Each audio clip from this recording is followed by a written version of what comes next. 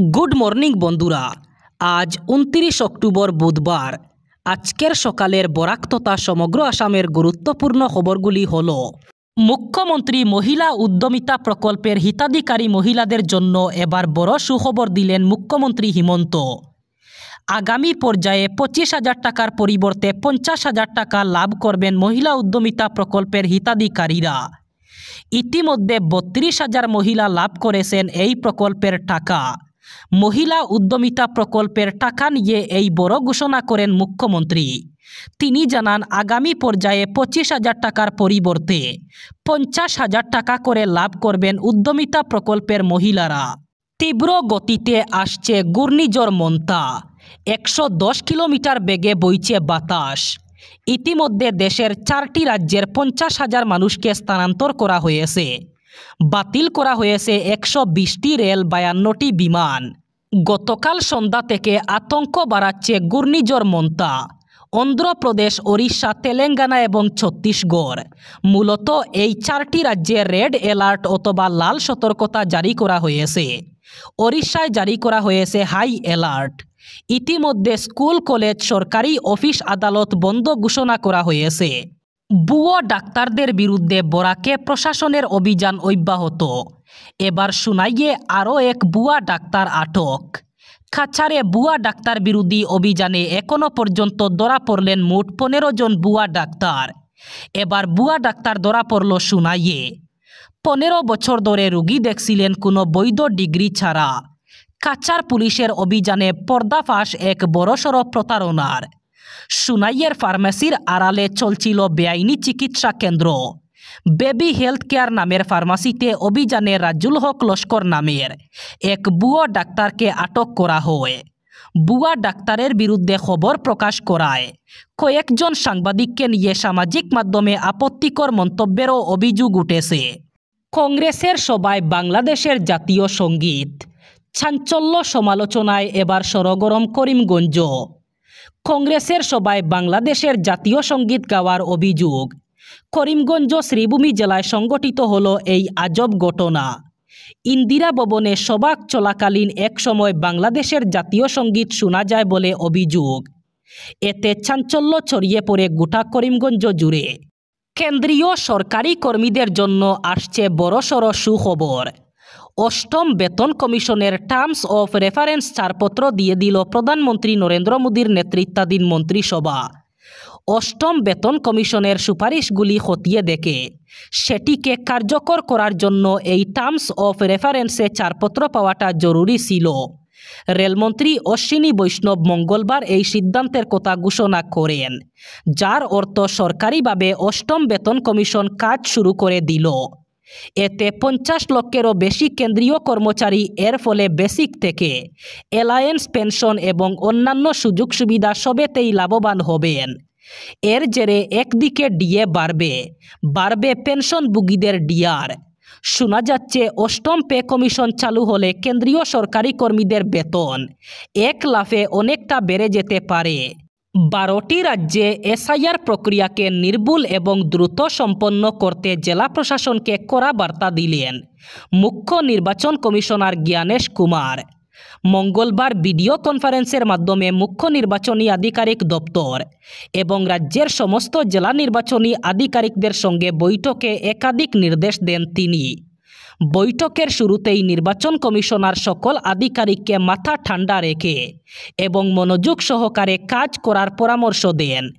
তিনি জানান, এসআইআর গোটা দেশের মর্যাদার বিষয়, তাই কোনো অবস্থাতেই ভুল অথবা ত্রুটি সহ্য করা হবে না। সূত্রের খবর, আইন শৃঙ্খলা পরিস্থিতির উপর বিশেষ নজর রাখার পাশাপাশি প্রতিটি ভোটার যাতে নিরবচ্ছিন্নভাবে ভোটার তালিকায় অন্তর্ভুক্ত হতে পারেন সেই বিষয়ে জোর দেন জ্ঞানেশ কুমার। তিনি নির্দেশ দেন, একজন বৈধ ভোটারও যাতে তালিকা থেকে বাদ না পড়েন সেটা পুঙ্খানুপুঙ্খভাবে যাচাই করতে হবে। শারদ উৎসব, দীপাবলির উৎসব শেষ। এবার রাজ্যের স্থানে স্থানে প্রস্তুতি চলছে বুট উৎসবের। আর এজন্য পুজোর ফাঁকে ফাঁকে আবির্ভাব ঘটেছে বুট প্রার্থীর। পুজোর প্যান্ডেল আর বিভিন্ন রাস্তার মোড়ে তারা আবিষ্কার করেছেন নিজেদেরকে এবং এ নিয়ে শুরু হয়েছে রসিক মানুষের জল্পনা কল্পনা। অসমে বিধানসভা নির্বাচনের 6 মাসও বাকি নেই। এজন্য সবগুলি রাজনৈতিক দলের কুচকাওয়াজ ইতিমধ্যে শুরু হয়ে গেছে। প্রার্থী বাছাই থেকে শুরু করে এক দল আরেক দলকে জাপটে ধরা ইত্যাদি সবই শুরু হয়ে গেছে রাজ্যে। কেউ সবাইকে একজোট করতে গাম জড়াচ্ছে, আবার কেউ বাক করতে চেষ্টার ত্রুটি রাখছে না। পুরো রাজ্যের সঙ্গে বরাক উপত্যকায়ও এই ঢেউ আছড়ে পড়েছে। বাদ নেই কাটিগড়া বিধানসভা কেন্দ্র। তবে কাটিগড়ার আগের বুটের অঙ্ক একরকম থাকলেও এখন ভিন্ন। ডিলিমিটেশনের কল্যাণে উলটপালট হয়ে গেছে অনেকের হিসাব। এখানকার কিছু এলাকা কর্তন করে উত্তর করিমগঞ্জ বিধানসভা কেন্দ্রে জুড়ে দেওয়া হয়েছে। কিছু অংশ আলগাপুর কাটলিচড়ায় যোগ করা হয়। একসঙ্গে বদরপুর কেন্দ্রকে বিলুপ্ত করে বদরপুর টাউন থেকে একটা অংশ কাটিগড়ায় যুক্ত করে ডিলিমিটেশন। তবে সবই হয় বুটের অঙ্কে। সমালোচকদের মতে কাটিগড়াকে হিন্দু প্রধান কেন্দ্র বানাতে এখান থেকে মুসলিম বুট চালান দেওয়া হয়েছে। সরকারের শরিক হলেও অগপর সমালোচনায় কোনো সুযোগ হাতছাড়া করেন না মুখ্যমন্ত্রী হিমন্ত বিশ্ব শর্মা। বিটিসির নির্বাচনে প্রতিদ্বন্দ্বিতার জন্য বেশ কড়া ভাষায় অগপকে সতর্ক করে দিয়েছিলেন। এবার তাদের শেকড়ের সন্ধানে কর্মসূচি নিয়ে কটাক্ষ করলেন মুখ্যমন্ত্রী। হাসি মুখে মস্করা করে মুখ্যমন্ত্রী বলেন, অগপর কর্মসূচিকে স্বাগত জানাচ্ছি, কিন্তু বিজেপি নিজের শেকড় ছেড়ে দেবে না। আসন্ন বিধানসভা নির্বাচনে দলের রণনীতি ঠিক করতে 2 দিন আগে গুরুত্বপূর্ণ বৈঠক হয়ে যায়। সেই বৈঠকে শেকড়ের সন্ধানে কর্মসূচির সিদ্ধান্ত নেওয়া হয়।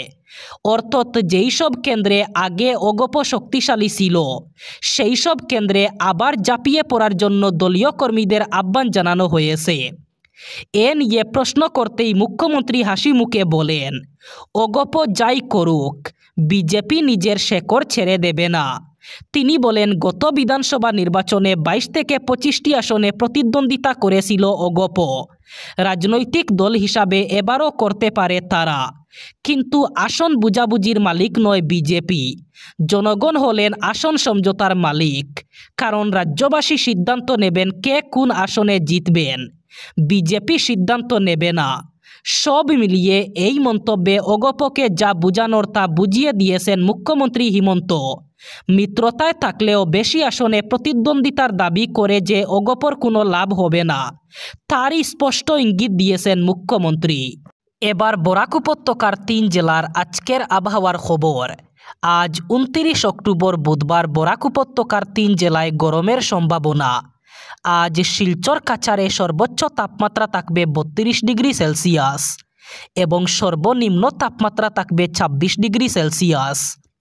শ্রীভূমি করিমগঞ্জে আজ সর্বোচ্চ তাপমাত্রা থাকবে 32 ডিগ্রি সেলসিয়াস এবং সর্বনিম্ন তাপমাত্রা থাকবে 26 ডিগ্রি সেলসিয়াস।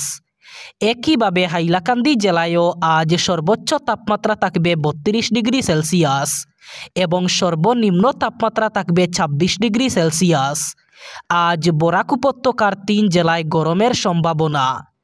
এই ছিল আজকের সকালের গুরুত্বপূর্ণ খবরগুলি। ভিডিওটি অবশ্যই লাইক করবেন এবং চ্যানেলটি সাবস্ক্রাইব করবেন।